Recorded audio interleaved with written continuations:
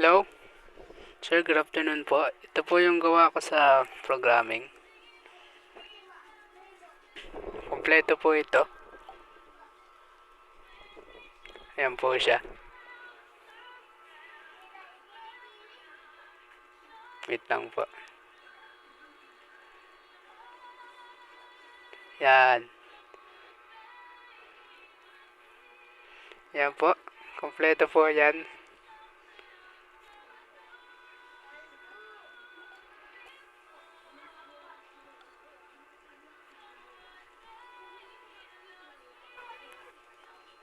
Simulan po natin sa mga utility po na kailangan pong i-import. Scanner po para po sa Java. Calendar po para po sa birthday calculator.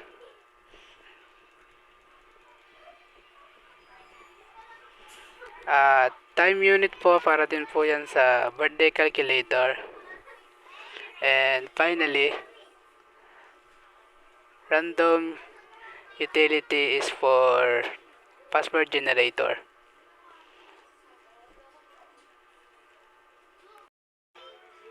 So firstly po, maglalagay tayo ng scanner. Tapos, set po natin yung boolean niyan sa true. Keep running. Yan.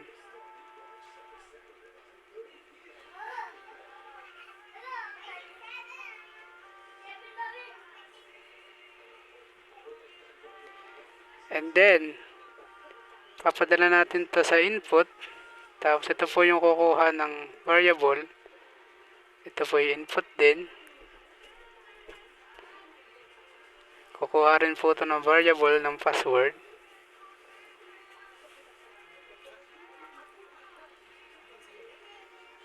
Ito po, kung ano po nakaset dito, yung po yung tatama sa username. Yung po yung tatama dito sa username na variable.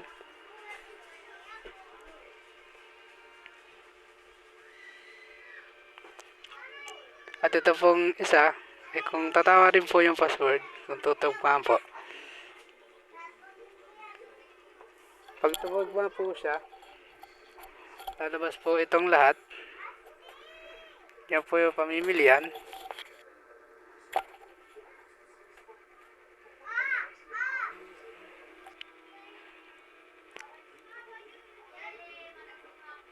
Ito naman pong isa, itong invalid login, lalabas po siya pag nagkamali po yung program. Ipiprint out po ng output dun sa input.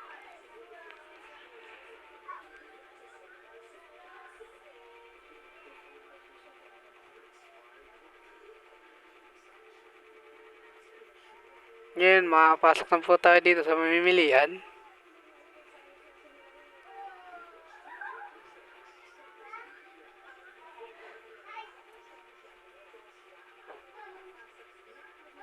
Hihingi po ulit ang ating system ng number ng 0 to 10. Ito po yung mga choices. Case 1, 2, 3, 4. Pwede nyo po siyang baguhin.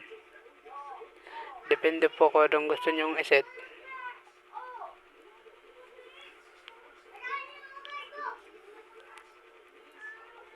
Ito naman po ay kung ano po nakalagay doon sa case.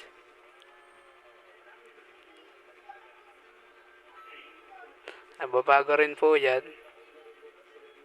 Depende po sa inyo.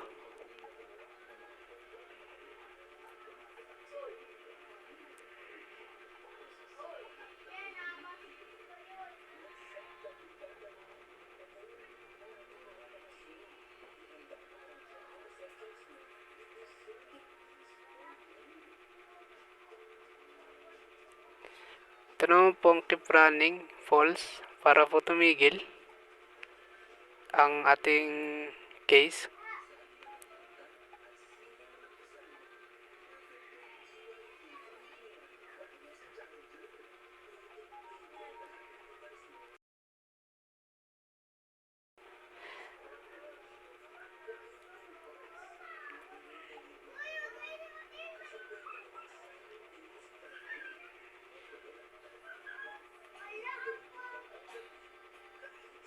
Next po is ito. Ito po yung nagpapabalik-balik sa system. Pagkatapos po ng isang case, lalabas po yun.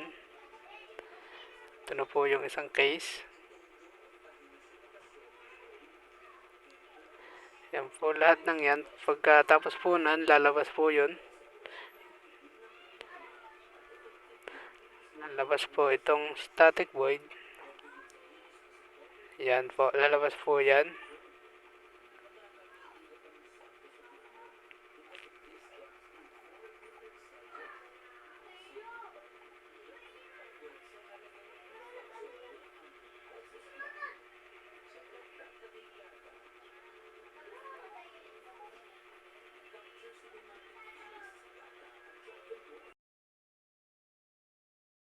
Punta po tayo sa grading system.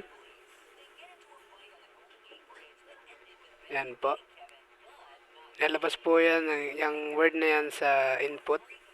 Pwede po yung mabago. Ito rin pong isa pong ito. Pwede rin po itong mabago. Kung ano pong nakalagay dito sa isa, dapat magkatugma. Para yun po ang lumabas pag pinindot po yung 1. Yan, baguhin natin. Yan, pwede natin siya baguhin. Nalala po ay caps lock po yung G. Ayan.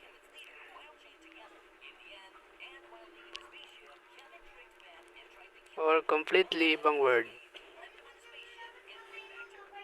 Yan, pwede rin ganyan. Basta po magkatugma.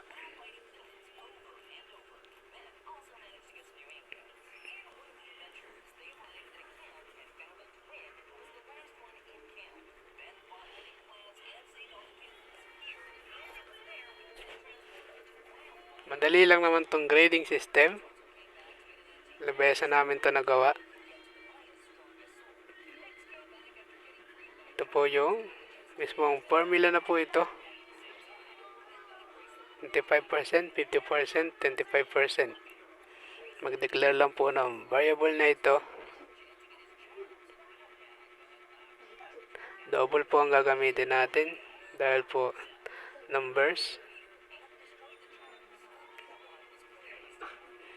Ito po yung mga variable na kailangan kukunin po. Mag-aas po ang system. Kukunin po ito sa user. Ayan po. Kukunin po yung performance task, written works, at yung quarterly assessment.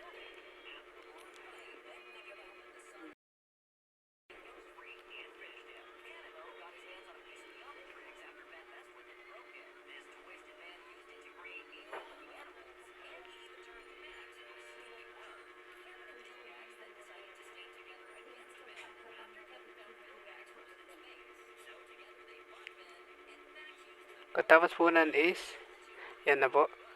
Yan na po yung formula. 25% po. 0.25 po yun pag convert sa written works. So, tama po.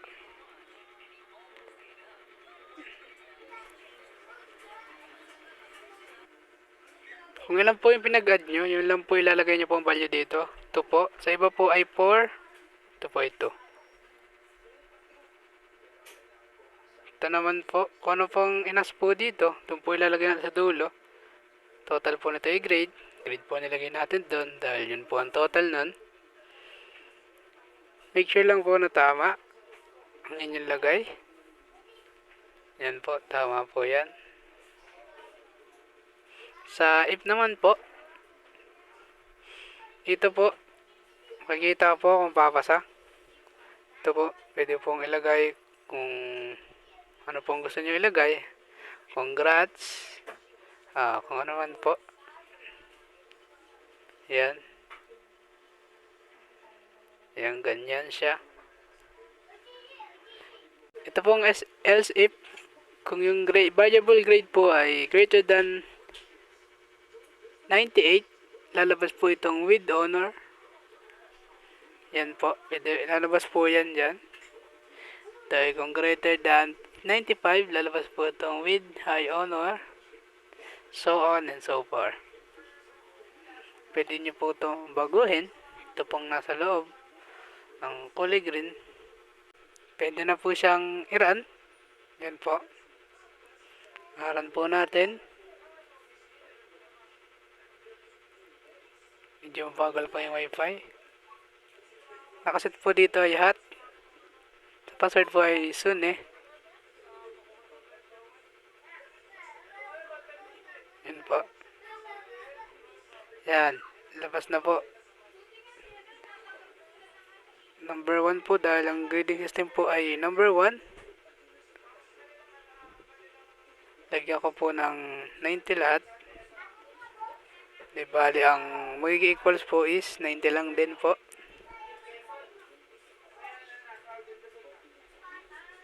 Yan. 90. 90. Yan. 90 with honor. Yan. As you can see, tama po yung coding. 90 with honor. Yun lang po sa grading system. At ito po yung sinasabi ko sa inyong return kanina po. Kada case po, ito po ay nalabas. Yan po, nalabas po yan kada case. Sa uli po. Punta na po tayo sa payroll system. Ito po yung payroll. Same po yung mga color green. Pwede pong baguhin. Basta po, yan po, nakalagay po siya sa dalawang kuhit. Yan, as long as nasa loob po siya. Declare lang po ulit ng mga variables. Gagamit ulit po tayo ng double na variable. Yan po, ano po mga variable na kailangan.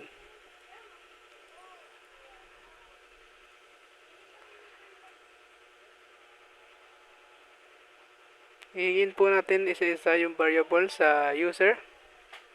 Yan po. Ito pong number of working hours, rate per hour, blah blah blah. Yan lang po. Tapos ito po yung formula. So, once po na-add po itong mga ito, yan po. Pupunta po siya dito dahil doon po siya nakaset sa total po. Yan. Ganun lang din po sa iba. Pagka na-add na po itong mga ito, doon po rin po punta nun mga yan. Yan. Yan. Lahat po yan. So ayun, okay na. Pwede natin siya i-run. Testing natin siyang i-run. Kamali ako ng type dito. Yan. Number 2. Number 2. Yan. Yan, wala akong exact numbers. Pero for proof, maglagay lang tayo ng kung ano na number.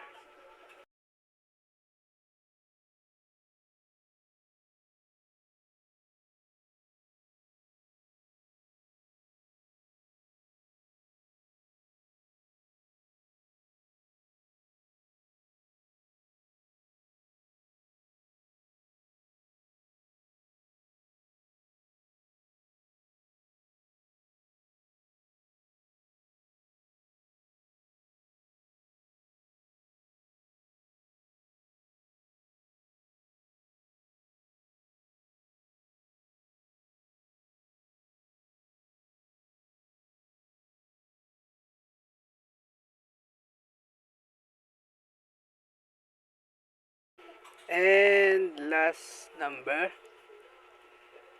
Yan. Yan. As you can see, nagpa-function siya. Tama naman yung mga yan. So, tapos na rin tayo sa payroll. Next po is BMI. Papakita ko lang po ito.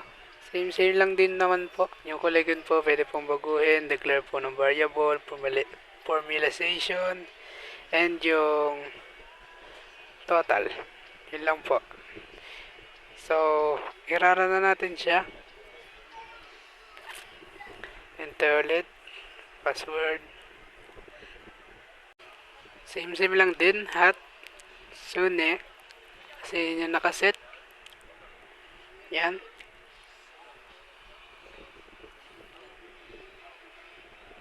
Height sa meters. 4, 6, 7. Hindi po yan accurate po yung height tsaka po yung weight. Example lang po yan, pero tama po yung nalabas. Yan po. Ano lang po kadali yung BMI. Next na po. Next po is birthday calculator. Yan po. Birthday calculator. Kailangan po natin dito ay itong utility na calendar. Yan po. Ito na po. Birth date po. Ayun po. Get. Ayun po yung birthday nakaset po. Meron na po familiarization. Yung today po is nakaset po para mo makakuha dun sa system ang date today. And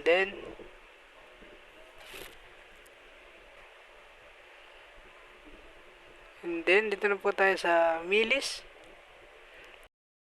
Ito na rin po pala yung formula. Ito po yung mga kakalculate po ng millisecond para po magamit yung gantong code. Kailangan po yung import sa taas. Ito. Yan po. Yan po yung nagbibigay ng utility ng milliseconds, nanoseconds, at marami pang iba. So, ito na natin siyang i-run. Yan. Same, hot. And then soon dahil yun nga yung nakaset. Yan. Number.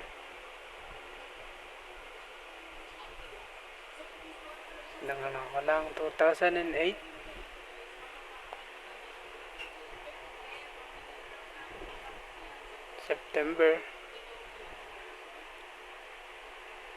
September, yan. And 28. 17 years old po ako yan. 17 years old. Bubuhay na pala ako ng 6,300 and 60 days.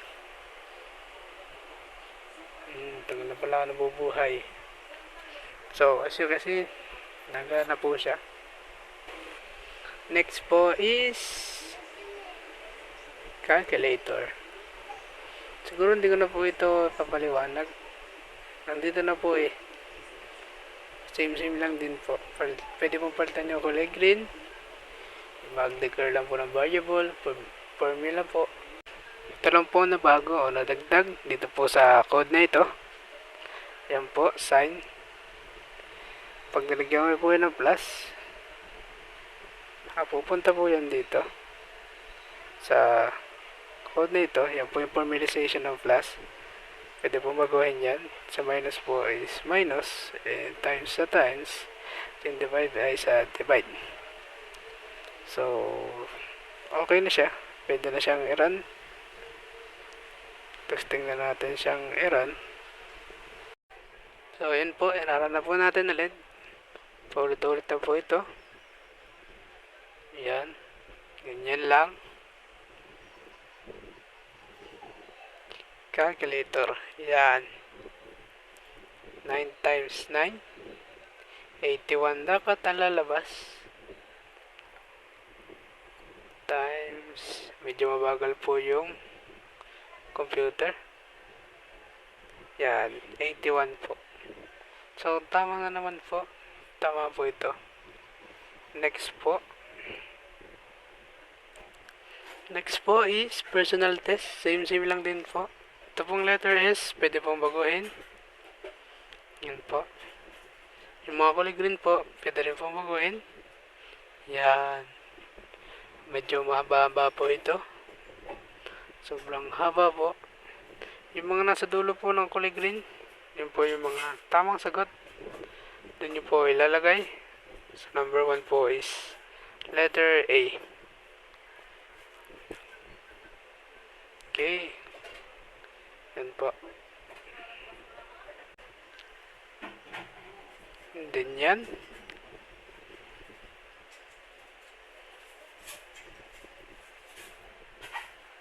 Yan po. Score. Yung S na variable. Kung ilan po yung tatama. Over 20. Yan. Yan po yung S.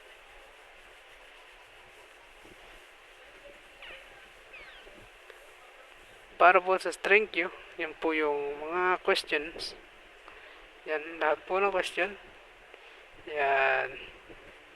Yung variable po na string queue ay yung mga questionnaires. Yan. And then, palawa po ng mga sagot. Yan. Yung mga sagot. A, B, C, D. Yan.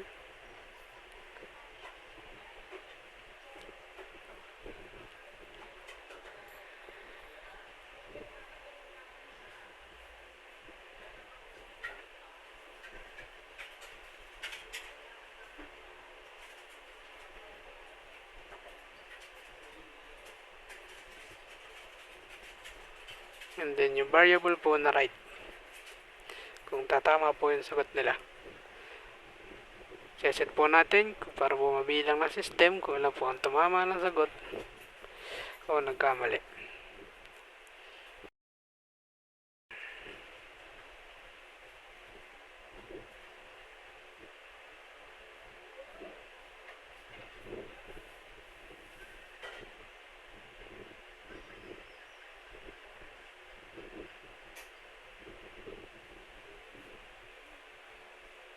Dito po, para po makount po yung mga tamang sagot at mga hindi tamang sagot. Yan, right. Bibilang yan 0 to 1. 0, 1, 2, 3, 4. So on, so far. So, testingin natin yung code kung nagana. Ganyan lang po yun. Testing na po natin. Yan. Bali, ang gagawin ko na lang po is tatatudin ko na lang po ng letter A para po mabilis na.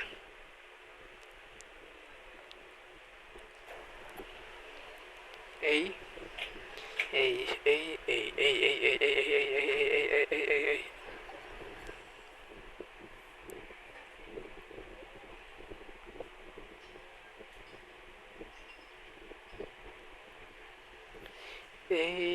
A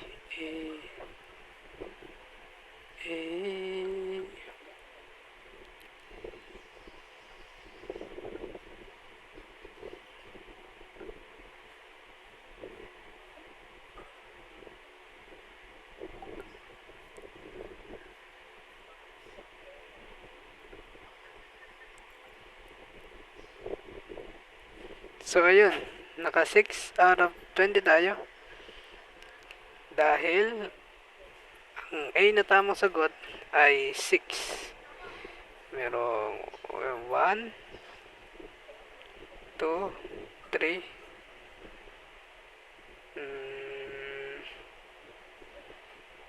4,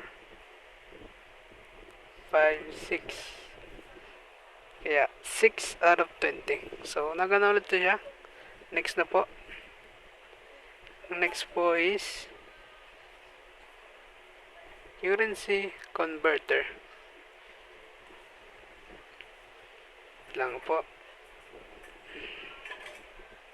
Currency converter. Ganun lang din po. So, yung kulay green po, pwede palitan. Variables. Lagay po dapat yan, mga variables. Hingin po yung Philippine peso sa user. Letter C po ay yung choices nila. Kung Philippine, kung saan po nila go-convert. Yan po, yung po yung Philippine peso. Yan po yung letter C. Pamimilihan po kung saan nila gusto i-convert. Yan. C. Yan yung pwede pamimilihan ng C. Yan yung choices nila. 1, 2, 3. 1 is for dollars. 2 is for euro. And 3 is for yen. Ito pong mga converter na to, kuha ko lang po ito sa internet. Yan po yung mga converter ng pera. Kung magkano po ba ang dollars, yen, euro. Ilan po. Pwede na po natin siyang i-run. Tingnan po natin kung gagana. Yan. Testing na po natin. Yan. Philippine peso. Gawin natin dyan. Tapos USD. Ay, gusti. Mahina tayo. Mas malaki ang convert ng ano. Mahirap tayo pag pumunta tayo sa Amerika. So, as you can see, nagana po yung converter. Pwede po itong convert ng dollars, yen, tsaka po euro. So, next na po. Next is expense tracker. So, ganun po ulit. Kulikin po, pinipalitan, declare variable, and formalization. Ayan na po. So, tignan na lang natin kung nagana siya. Yan. Try na natin. Daily budget. About 500. Food expense, 100. Fare, 50. Let me say.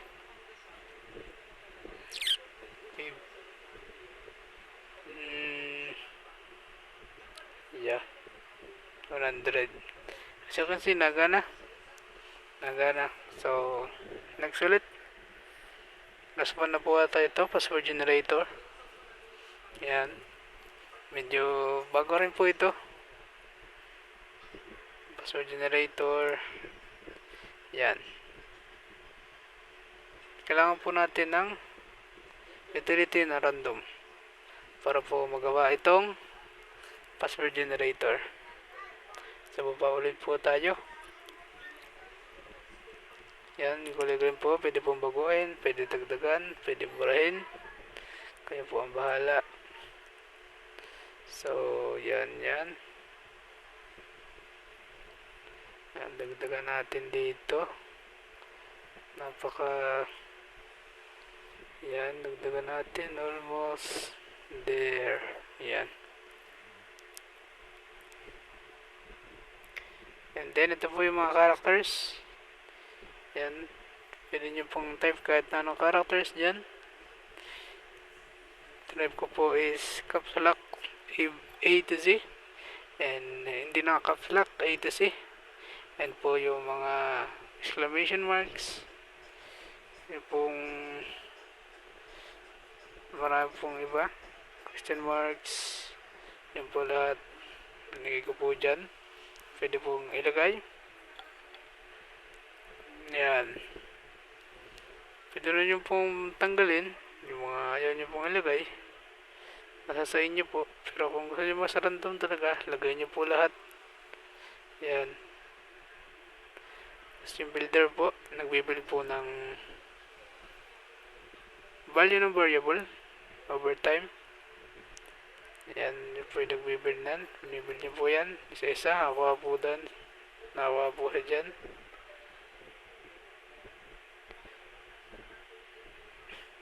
So, bala nakaset po dito is 8. Kukuha po tayo ng random na 8 na letters dun sa taas. Yung letter na naka-caps lock, hindi, at saka yung mga exclamation marks. Yan. Tapos lalagay dun sa dulo ng system print. Yan. Bali yun po nagbibuild yung builder. Nagbibuild po siya ng randomized na variable. At 8 po. Kasi yun po yung nakaset natin. Pwede po baguhin. Gusto nyo po 9. more or less. So ulit na lang po, login ulit.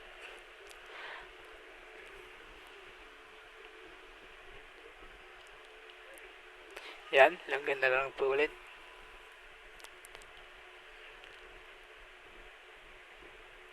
Yan, rando password. We got random. Bilangin po natin. 1, 2, 3, 4, 5, 6, 7, 8. As you can see, nagana po siya. So, ganoon lang po. Last na po. Next. Last na po is yung about. Napaka-simple na po nito. Ito po ay mga words lang. Yan. Ano po sinulat nyo doon na words. Yun lang din po yung lalabas. Yan, yan po. Ano po sinulat nyo dyan sa mga color green. Yun lang din po yung lalabas. Closing filing program.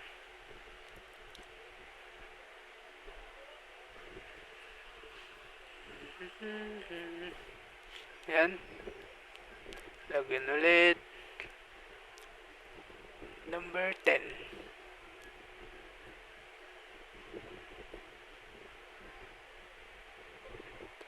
Yan. So, ako po si Beverly Luis Mangana. Tara po sa Lucena City. 17 years old. Ang goal ko po is mabuhay. Yun lang po. Marami pong salamat. Sana po makapasa ako. Sana po gumanit ako. Yun lang po. Marami pong salamat sa Raymond. Sensya na rin po. At ito lang po ay screen recording lang. At medyo po na huli po ang aking imik. Screen recording lang po ito. Pasensya na po. Marami pong salamat sa pakikinig. Have a nice day po. Thank you po.